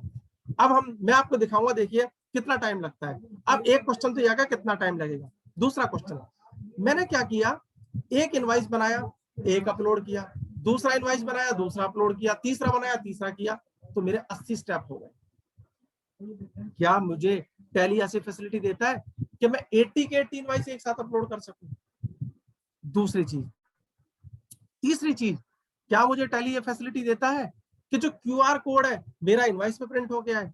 क्या टैली मुझे फैसिलिटी देता है कि इनवाइस रजिस्ट्रेशन नंबर है, जो IRN है, इनवाइस रेफरेंस नंबर है, वो मेरा इनवाइस पे प्रिंट हो गया है? ये भी मैं आपको यहाँ पर लाइव दिखाने वाला हूँ। ये टैली प्राइम, ये मैं बता चुका आपको।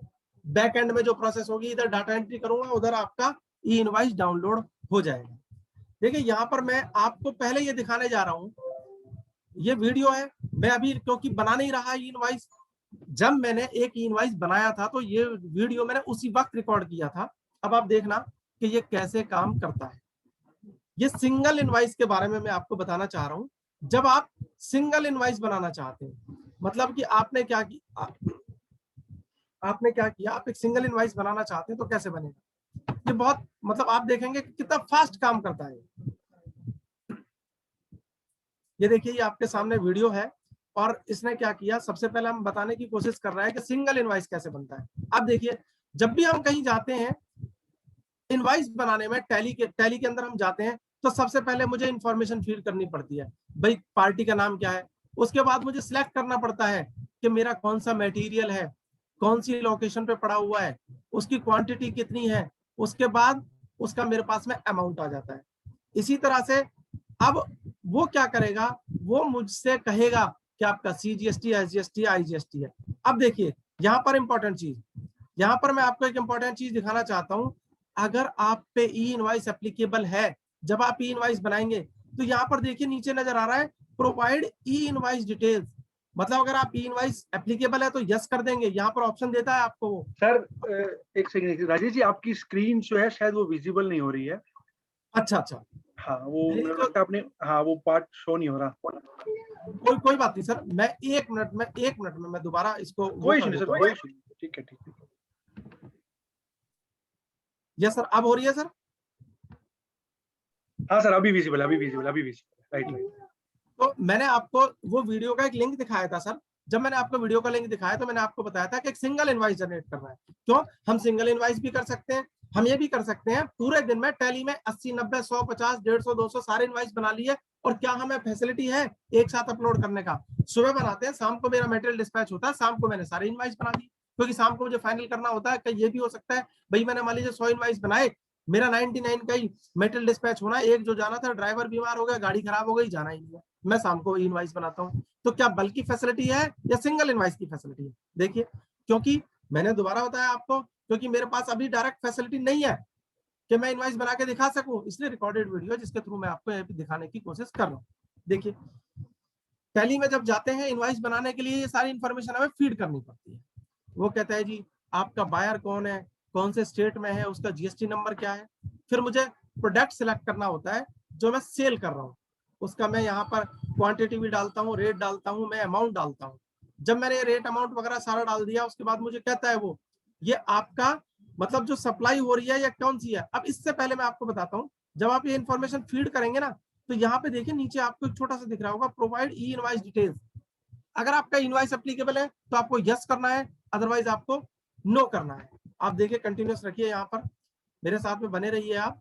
अब देखिए यहाँ पर यस कर दिया, यस करने के बाद ये क्या हुआ सर, ये जो कोलाबा के लिए बन रहा है, मुंबई के लिए, अब ये हमने बना दिया और ये एक्सेप्ट और रिजेक्ट यहाँ पे आ गया। Do you want to generate e invoice, देखिए कितना टाइम लगा, अभी मुश्किल से सर मेरे 41 सेकंड हुए हैं डाटा एंट्री करते वक्त, 41 सेकंड। अब ये कहता है do you want to generate. अब देखिए अगर मैं इसको मैनुअल बनाता, मेरे को पहले बनाना पड़ता, XML फाइल में जाता, एक्सेल फाइल की यूटिलिटी में जाता, वहां सारी इंफॉर्मेशन फिल करता, वहां से जेसन जनरेट करता, जेसन जनरेट करने के बाद मैं ई इनवॉइस पोर्टल पर अपलोड करता और वहां से मेरा PDF डाउनलोड होता।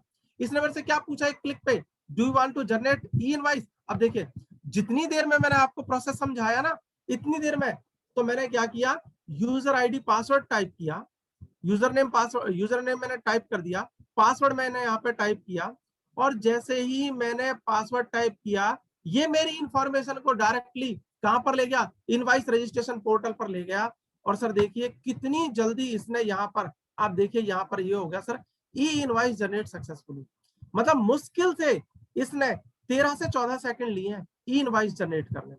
तो ये आपका ई इनवॉइस जनरेट हो गया सर। अब यहाँ पे मैं प्रिंट ले सकता हूँ, प्रीव्यू कर सकता हूँ, कॉन्फ़िगर कर सकता हूँ। मान लीजिए मुझे साइज छोटा बड़ा करना है, देखिए अब यहाँ पे मैंने आपको बताया क्या QR कोड आएगा, यस QR कोड आएगा, इनवॉइस रेफरेंस नंबर आएगा, आएगा बिल्कुल आएगा। तो ये क्या हुआ आपकी एक सिंगल, और ये जो टोटल देखिए 1 मिनट 13 सेकंड की वीडियो है, इसके दौरान सारे काम हो गए हमारे। तो कितना कम टाइम लगा, ये तो सिंगल की बात कर रहा हूं मैं, लेकिन ये भी तो पॉसिबल है कि भाई मैं बल्क में भी बना सकता हूं। बल्क वाला भी एक बार सर मैं यहाँ पे आपके साथ में देखने की कोशिश करता हूँ। यस, ये तो सर मेरा बात हुई सिंगल की। अब मैं जाता हूं बल्क में। मोहित जी स्क्रीन विजिबल है सर? यस सर विजिबल है सर, बल्क अपलोड विजिबल है जी। ये बल्क अपलोड देखिए, अब ये बल्क अपलोड में क्या करता है, मेरे को ले जाता है, सबसे पहले मैं क्या करता हूं, जहां पर मुझे इनवॉइस बनाना है मैं वहीं पर जाऊंगा। लेकिन मैंने उससे पहले क्या किया, ध्यान देना सर, मैंने क्या किया, मैंने आपके लिए पहले से ही इनवॉइस जनरेट करके रखे, मैनुअल बना ली। अब मैं शाम को दोपहर को जब मर्जी चाहूं तो मैं इनको अपलोड करना चाहता हूं। अब ये क्या कहना चाह रहा है, भाई मुझे पेंडिंग है मेरे पास में जनरेशन के लिए, क्या जनरेट करना है, 4 इनवॉइस जनरेट करने, जो इनवॉइस मैंने बना के रखे हुए हैं, मैंने इमीडिएट नहीं किया, क्योंकि जब उसने मेरे को ऑप्शन दिया था तो वहां पर उसने बोला था do you want to generate invoice, अगर मैं नो कर देता तो मुझे जनरेट ना करने देता। तो मैंने क्या किया, मेरे 4 इनवॉइस पेंडिंग है, आप ध्यान से देखना, जब 4 इनवॉइस मेरे पेंडिंग है, मैंने इस पर क्लिक किया, मैं यहाँ पर जाता हूँ, सीधा कहता हूँ भाई ये जो 4 मेरे इनवॉइस है ना, इन 4 इनवॉइस को आप जीएसटीएन पोर्टल पर अपलोड कर दीजिए। लेकिन मैंने क्या किया, अभी 4 इनवॉइस की कमांड नहीं दी, मैंने सिर्फ पहले 2 इनवॉइस अपलोड किए हैं। देखिए सेंड, मैंने क्या किया, 2 यहाँ पे सिलेक्ट कर लिए, फिर मैं सेंड में चला गया, मतलब मैं अभी 2 इनवॉइस की इंफॉर्मेशन भेजना चाह रहा हूँ, मैं चाहूँ तो चारों की भेज सकता हूँ। अब देखिए इसने मेरे को बताया भैया आप 2 की भेज रहे हो और कुछ नहीं कर रहे, do you want to continue, मैंने किया यस। जब मैंने यस किया तो यस करने के बाद नेचुरल है, मुझे यूजर आईडी जो यूजर नेम है वो डालना है और मुझे पासवर्ड भी यहाँ पे डालना है। जब मैंने यूजर नेम डाल दिया, पासवर्ड डाल दिया, अभी देखना सर 4 पेंडिंग आ रहे थे, अभी आप देखना अब ये वहां से लिंक कर रहा है और मेरी इंफॉर्मेशन को लॉगिन करने के तुरंत बाद ये जो ई इनवॉइस है, देखिए इसने एक्सचेंज मतलब वहां से लिंक कर लिया, मेरे इनवॉइस को वहां के इनवॉइस से लिंक कर लिया। अब देखिए जनरेट हो गया इनवॉइस, कितना टाइम लगा, मुश्किल से 10 सेकंड। अब क्या हुआ सर, मैंने तो 2 किए थे, 2 बच गए, मैं फिर 2 से करना चाहता हूँ, 4 थे ना मेरे, 2 मेरे हो चुके, मैं चाहता तो चारों को इकट्ठा कर सकता था, मैंने 2 अलग अलग कर दिए, मैं 1 बाय 1 भी कर सकता था, चारों की एक साथ में कमांड दे सकता था।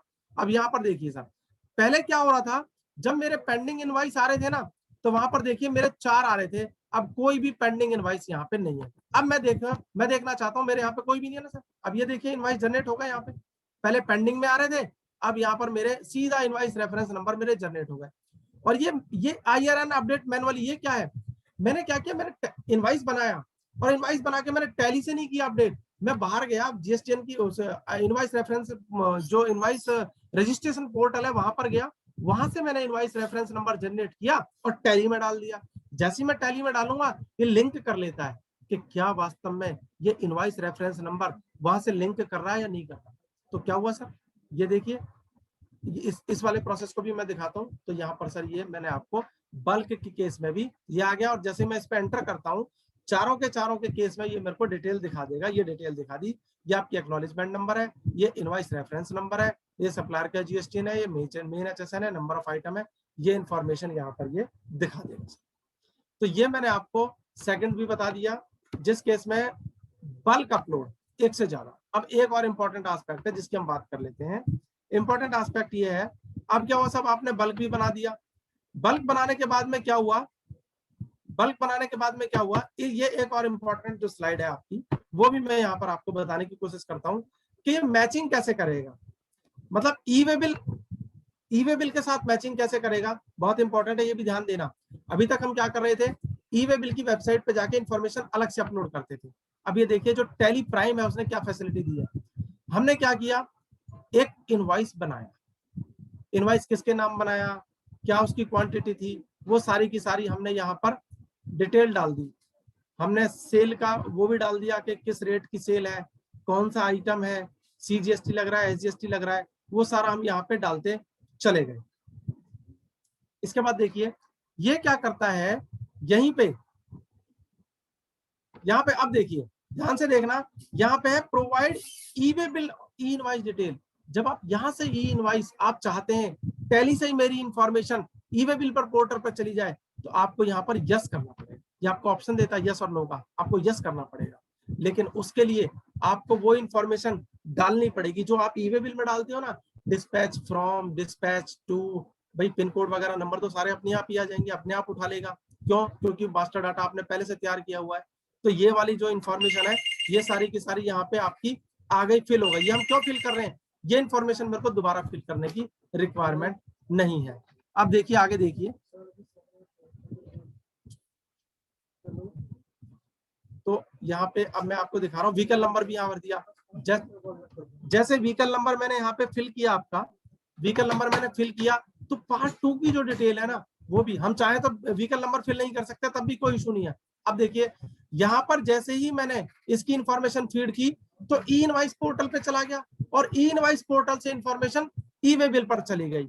अब मुझे ई वे बिल पे जाके ई वे बिल डाउनलोड करने की जरूरत नहीं है, मुझे वो यही फैसिलिटी दे रहा है। ये तो मेरा ई इनवाइस आ गया, मुझे यही वो फैसिलिटी दे देगा। किस चीज की फैसिलिटी दे देगा? ई वे बिल डाउनलोड करने की, यहीं पे वो मेरे को फैसिलिटी दे देगा और मुझे अलग से कहीं पे भी जाने की जरूरत नहीं पड़ेगी। तो ये एक इंपॉर्टेंट एस्पेक्ट था जब इसने लिंकिंग कर दिया। देखिए यहाँ पर ये आ रहा है सर आपका, अभी आपके ई इनवाइस की डिटेल आ गई और ये देखिए सारा का सारा अभी ये बताएगा आपको ई इनवाइस की, ये ई वे बिल है, ये आपकी ई वे बिल की डिटेल थी। क्योंकि मेरे को लिंक करना था, मेरे को पहले नंबर लेना था ई वे बिल का, कौन सा रेफरेंस नंबर जनरेट हुआ है, तो उसके बाद में क्या करेगा, मैं उस रेफरेंस नंबर को डाल के यहीं से मेरे को जब मैं रिपोर्ट में जाऊंगा ना, तो रिपोर्ट में मुझे दिखाएगा आप ई वे बिल वहां से डाउनलोड कर सकते हैं। तो सर ये कंप्लीट कर लिया है मैंने अपना प्रेजेंटेशन। अगर आपकी कोई क्वेरी है तो मैं वो ले सकता हूं सर। और टैली ने तो बहुत बढ़िया इसमें फैसिलिटी दी है। मैं यहाँ पर जो अपनी ये प्रेजेंटेशन एक बार स्टॉप कर देता हूँ। यस, अगर आपकी कोई क्वेरी है मैं एक बार चैट बॉक्स में देख लेता हूँ। बिल्कुल सर, यहाँ पे पहला क्वेश्चन है, इज डिलीटेड पॉसिबल और कैंसिलेशन? क्या डिलीशन और कैंसिलेशन पॉसिबल है? सर देखिए डिलीशन तो पॉसिबल है 24 आवर्स में। अगर 24 आवर्स निकल गए तो ई इनवाइस पे डिलीशन पॉसिबल नहीं है। सर एक क्वेश्चन इनवाइस ये भी था रेफरेंस, राजेश, एक क्वेश्चन ये भी था कि मान लो आज मैंने एक इनवॉइस बनाया एक पार्टी का, और वो जो इनवॉइस है वो उसके स्टोर पे रखा हुआ है, अभी उसने डाटा को इंसर्ट नहीं किया अपनी टैली में, और उसको 3 दिन से उसके वेयर हाउस में रखा हुआ है, तो इस केस में कैसे होगा सर ये? मतलब आप ये कहना चाहते हैं आपने इनवाइस बना लिया तो इसका हाँ, मतलब वो इनवाइस तो था नहीं। हाँ, भाई आपने तो टैली से बना लिया, किसी भी सॉफ्टवेयर से बना लिया, मैनुअल बना लिया, वो इनवाइस बना ही नहीं और आप पे ई इनवाइस एप्लीकेबल है, तो सर उस इनवाइस की कोई वैल्यू ही नहीं रही ना।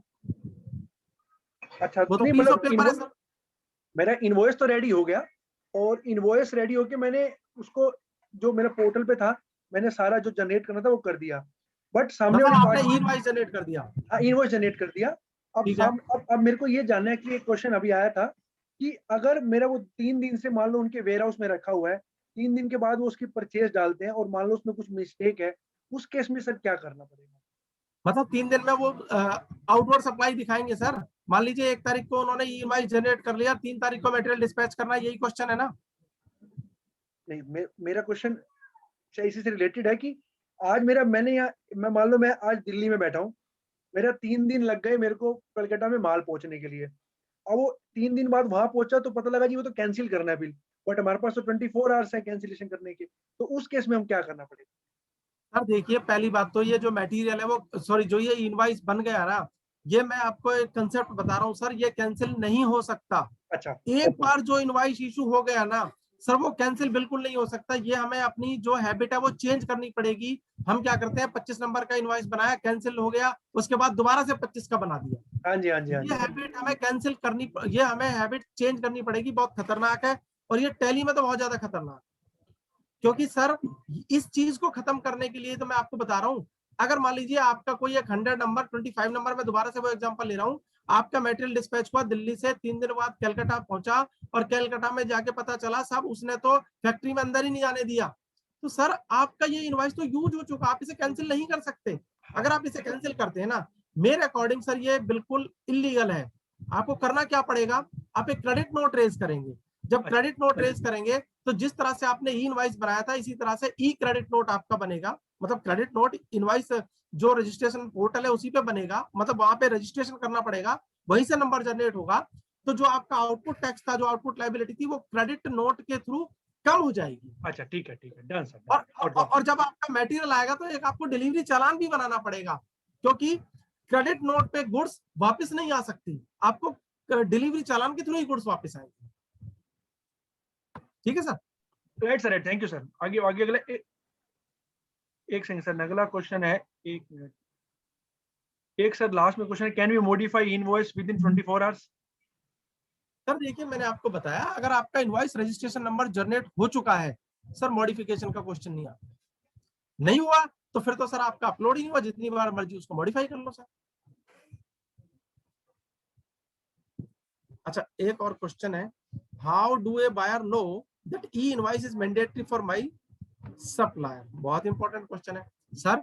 आपके पास में जीएसटी नंबर है उसका, आप लॉग इन करिए, गवर्नमेंट ने आपको फैसिलिटी दी है कि उस पर इनवॉइस मैंडेटरी है या नहीं है। नहीं है तो कोई इशू नहीं है तो आप उसे कहिए सर कि इनवॉइस इशू करें। थोड़ा सा सर प्रिकॉशंस लेना पड़ेगा, हम किस बायर के साथ डील कर रहे हैं, हम किस सप्लायर के साथ डील कर रहे हैं, केवाईसी करनी मैंडेटरी है। अगर मैं केवाईसी नहीं रखूंगा, अगर मान लीजिए मैं अपने घर में किसी पर्सन को, अपना हाउस है मेरा और मैं उसको रेंट पे देता हूँ, मैं उसकी केवाईसी करता हूँ ना। मान लीजिए मैं कोई मेरे ऑफिस में पर्सन आने वाला है और मैं उसको जॉब पे रखता हूँ तो मैं रेफरेंस लेता हूँ ना इधर उधर से।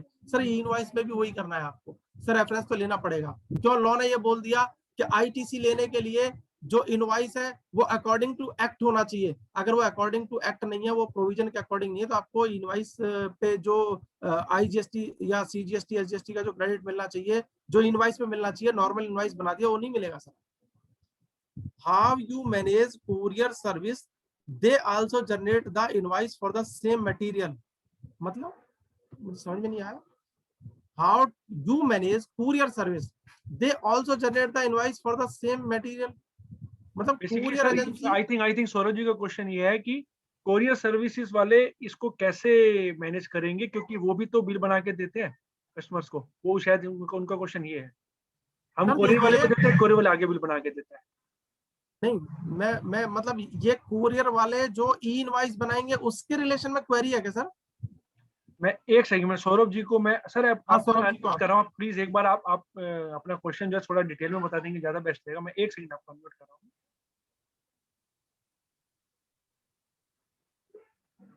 सौरभ जी प्लीज आप अनम्यूट कर सकते हैं अपने आप को। सौरभ जी अनम्यूट।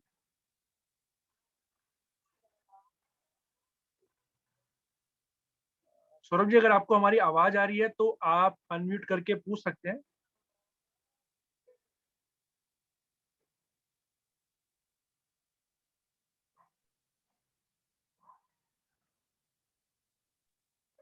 ये विजय जी का सर क्वेश्चन है। एक सेकंड विजय जी, मैं आपको एक सेकंड में अनम्यूट कर रहा हूँ। यस सर, प्लीज आप अपना क्वेश्चन पूछ सकते हैं Vijay ji.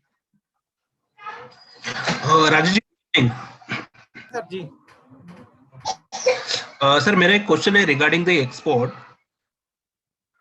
Okay, so export में बेसिकली शिपमेंट होता है और उसके बाद में मल्टीपल शिपमेंट के अगेंस्ट एक कमर्शियल इनवॉइस बनता है, राइट? मल्टीपल शिपमेंट के अगेंस्ट हम लोग जीएसटी भरते हैं, करेक्ट ना?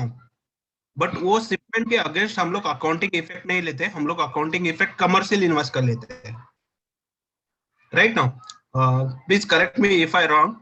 और ये केस में हम लोग को ई इनवॉइस का कंसेप्ट कैसे करना है एक्चुअली, वो मुझे थोड़ा डिटेल में बताएंगे तो अच्छा होगा। सर आपने मान लीजिए प्रेजेंट में, आप विजय जी आप क्या करते हैं, आपका कस्टमर है यूएसए में बैठा है, यूके में बैठा है, आपने उसको कोई गुड्स डिलीवर करने हैं। सर अब आप नॉर्मल एक इनवॉइस बनाते हैं, कॉमर्शियल इनवॉइस बनाते हैं, राइट? सर जो आपने इनवॉइस बनाया है अदर देन कॉमर्शियल, भाई जो कॉमर्शियल इनवॉइस, मतलब मैं उसकी उस इनवॉइस की बेसिकली बात कर रहा हूँ, वर्डिंग पे आप मत जाना, जो आपने जीएसटी रिटर्न में फाइल करना है, ठीक है सर? राइट। जो जीएसटी रिटर्न में फाइल करना है सर, आप अपना नॉर्मल जैसे इनवॉइस बनाएंगे वो बनाते रहेंगे, उसको आपको जीएसटीएन पोर्टल पर अपलोड करना है, जीएसटीएन पोर्टल सॉरी उसको इनवॉइस रजिस्ट्रेशन पोर्टल पर अपलोड करना है, वो आपका इनवॉइस हो गया और वो इनवॉइस आपका यूज होगा आगे फर्दर जीएसटीआर 1 में, 2A में, 2B में, जहां पे भी आपका यूज होना है। और जो आप उसको इनवॉइस दे रहे थे ना, किसको, अपने रिसिपिएंट को फॉरेन करेंसी में, वो आप वैसे इनवॉइस इशू करते रहेंगे। ओके, बट सर अभी जो कस्टम इनवॉइसेस जो है मेरे, कस्टम इनवॉइसेस, तो उनके जो अकाउंटिंग इफेक्ट है वो तो टैली में आने नहीं है, सिर्फ जीएसटी का इफेक्ट आना है, because based on that we are filing the GST return and customers को जो फाइनल जाता है उसके ऊपर हमारा पेमेंट आ जाता है, तो हम लोग का फाइनल जो अमाउंट है उसका अकाउंटिंग करते हैं और जीएसटी का अलग से। I think, sir, if you are accounting on the basis of payment received from your customer, I think this is wrong practice. Because Okay. suppose you are issuing an invoice of rupees 1 lakh and you received payment of rupees 9,000, you are accounting on the basis of rupees 90,000. I think this is not a best practice. Okay, okay, because we are having some of the customers, they are practicing this kind of thing. No, this practice is not good. Yes, Okay, next. okay.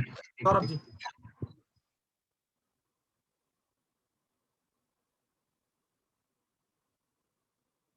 Saurabh ji, you can unmute yourself, and Alok Kumar ji, you can also unmute yourself. Please ask the question.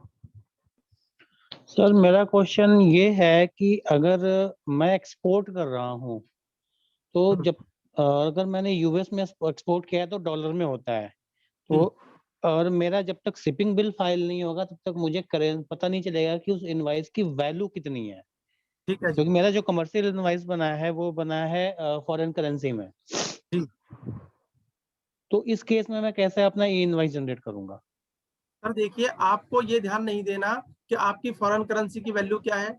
आप foreign currency में ध्यान नहीं देंगे। आप तो क्या करेंगे, आपका 1 लाख रुपए का मटेरियल है, 1 लाख रुपए पे आपने 18% टैक्स देना है या एलयूटी आपने यूज किया, तो आप 1 लाख रुपए का इनवाइस बनाएंगे।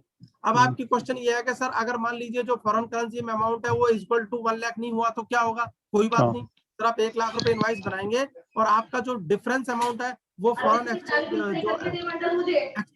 फ्लक्चुएशन एक्सचेंज होता है उसमें आ जाएगा। कोई इशू नहीं है सर इसमें। तो सर उसमें ये नहीं होगा कि मैं गलत इनवाइस रिपोर्टिंग कर रहा हूँ पोर्टल पे?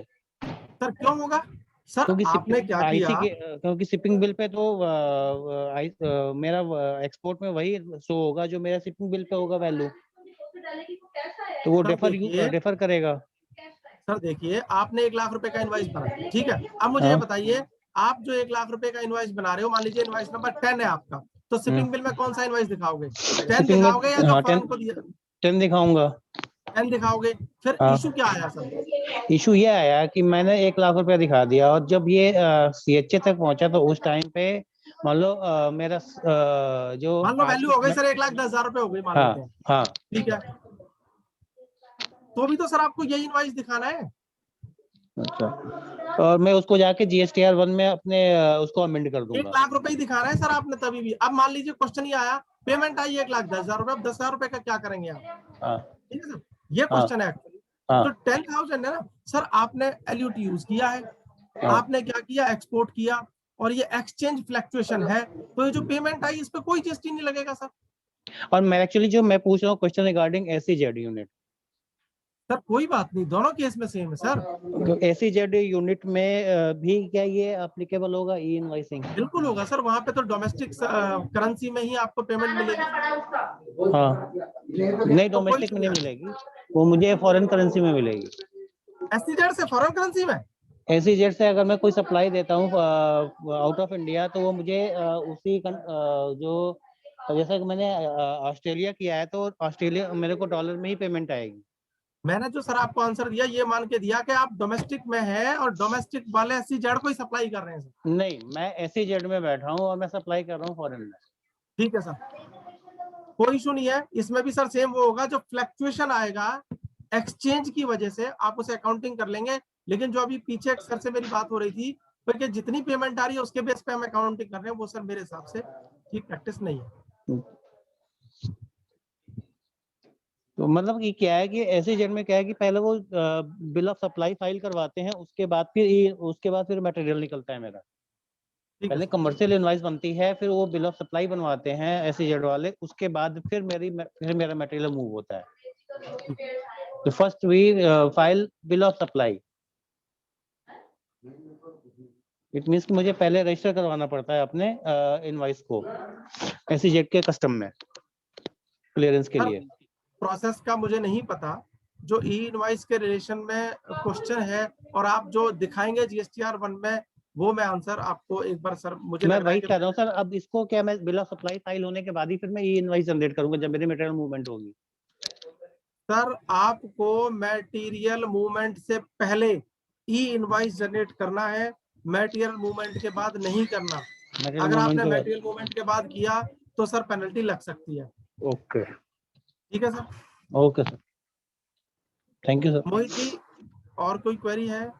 नहीं सर, बाकी तो सब हमने कवर कर लिया है। सो इन केस अगर आपकी कोई भी क्वेरी रहती है तो मोनेटा सॉफ्टवेयर की टीम आपके लिए अवेलेबल है, जिन्होंने आपको स्पेशल इन्विटेशन भेजा था। मैं उनका नाम नंबर फिर से टाइप कर देता हूँ, सो दैट कि आपको कोई डाउट रहता है, कुछ समझना हो, कुछ रेफरेंस हो, आप प्लीज इस नंबर पे कॉल करके हेल्प ले सकते हैं। कोई भी आपको सपोर्ट हेल्प चाहिए होगा related to invoice, related to Tally, कोई भी प्रॉब्लम रहेगा। Okay sir. तो राजेश सर ने भी अपना नंबर दे दिया है 9818595095 में। तो अगर आपको कोई डाउट है, कुछ भी आपको क्लैरिफिकेशन चाहिए तो आप प्लीज कॉल कर सकते हैं। ओके सर समाप्त करें, मैं लीव कर सकता हूँ सर?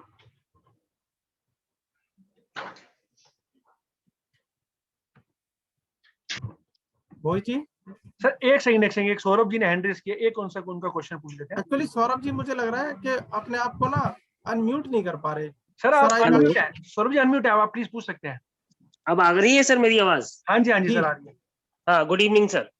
गुड इवनिंग जी। एक्चुअली जब हम बिल को जनरेट करते हैं तो हमें दोबारा से एक कोरियर सर्विस के लिए बिल को जनरेट करना पड़ता है, क्योंकि हम लोग मैं मोस्टली हमारा जो सामान जाता है वो दिल्ली से बाहर ही जाता है। तो जब हम उस बिल को जनरेट करते हैं तो कोरियर सर्विस के, जब हम कोरियर सर्विस के लिए एक स्लिप जनरेट करते हैं तो वो भी एक बिल जनरेट करता है दोबारा से, और वो सब कुछ हमारे से पूछता है कि इसका टैक्स कितना है, इसका ये कितना है, वो सब कुछ पूछता है। तो हमारा एक दिल्ली का जीएसटी है और एक हरियाणा का जीएसटी है।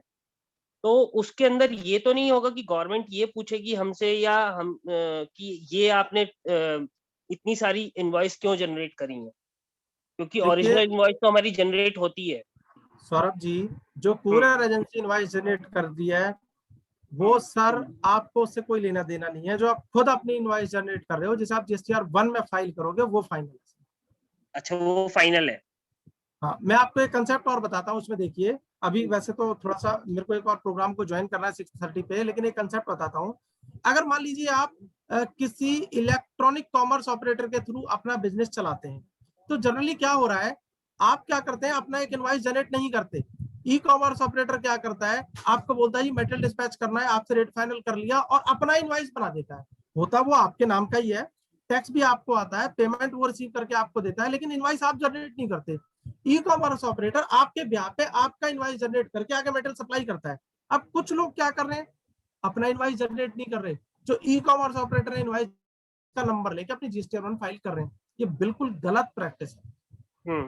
ई कॉमर्स ऑपरेटर का जो इनवॉइस है उससे आपको कोई लेना देना नहीं है। आपको खुद अपना इनवॉइस जनरेट करना है, वही जीएसटीआर 1 में दिखाना है। और कुछ क्या कर रहे हैं, कुछ दोनों का दिखा रहे हैं, वैल्यू एक की दिखाते हैं, नंबर दोनों का दिखाते हैं। ये बिल्कुल गलत प्रैक्टिस है। तो जो आपका एग्जांपल है, जो मैंने बताया, जो आपने खुद जनरेट किया है, that will be final invoice. हाँ जी, ठीक है, मैं उसी इनवॉइस को रखता हूँ। बाकी जो कोई भी कोरियर सर्विस को जो जनरेट करके हमें देते हैं, हम उसको हटा देते हैं अपने उसमें से, हम उसको अपने पास में रखते भी नहीं है, वो या पार्सल के साथ में भेज देते हैं। जी, ठीक है, thank you so much sir.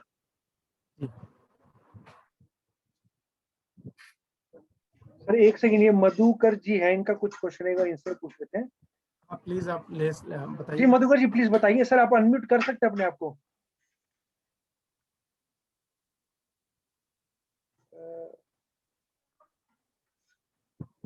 Hello. Yes sir. हाँ जी मधुकर जी बताइए प्लीज। सर मुझे एक राजस्थान से मटेरियल आता है जिसमें वो जैसे HSN कोड डालता है, लेकिन वो जो HSN कोड और मेरा मटेरियल का HSN कोड अलग अलग है सर। तो इस बारे में कुछ बता सकते हैं सर? मेरा नंबर दिया, आप मुझे प्लीज कॉल कर लेना, मैं आपको रिप्लाई कर दूंगा। चलेगा। Thank you sir, thank you.